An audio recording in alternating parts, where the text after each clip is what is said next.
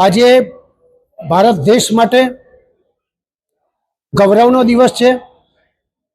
એટલા માટે કે 1999માં આપણા પાછળ આતંકવાદીએ જબરજસ્ત મોટો હુમલો કર્યો, પાકિસ્તાને એને સપોર્ટ આપ્યો।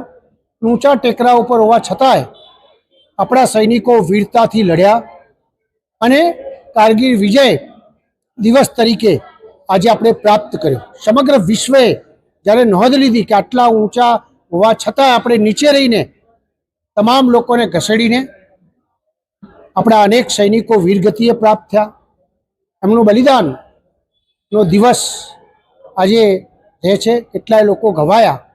એના નિમિત્તે ગોકુલે સમગ્ર ભારતના યુવાનોને સારો મેસેજ જાય એ બાબતે એક મેટલનું સરસ આયોજન કર્યું અને અંદર 2000થી વધારે લોકો જોડાણા અને એ મેસેજ એવો છે કે આપણો દેશ, આપણા યુવાનો એકમેક રહે અને આવી ગમે તેવી પરિસ્થિતિની અંદર દેશના ખડે પગે 140 કરોડ જનતા ઊભી રહે એ પ્રકારનો મેસેજ આપવાની કોશિશ કરી છે।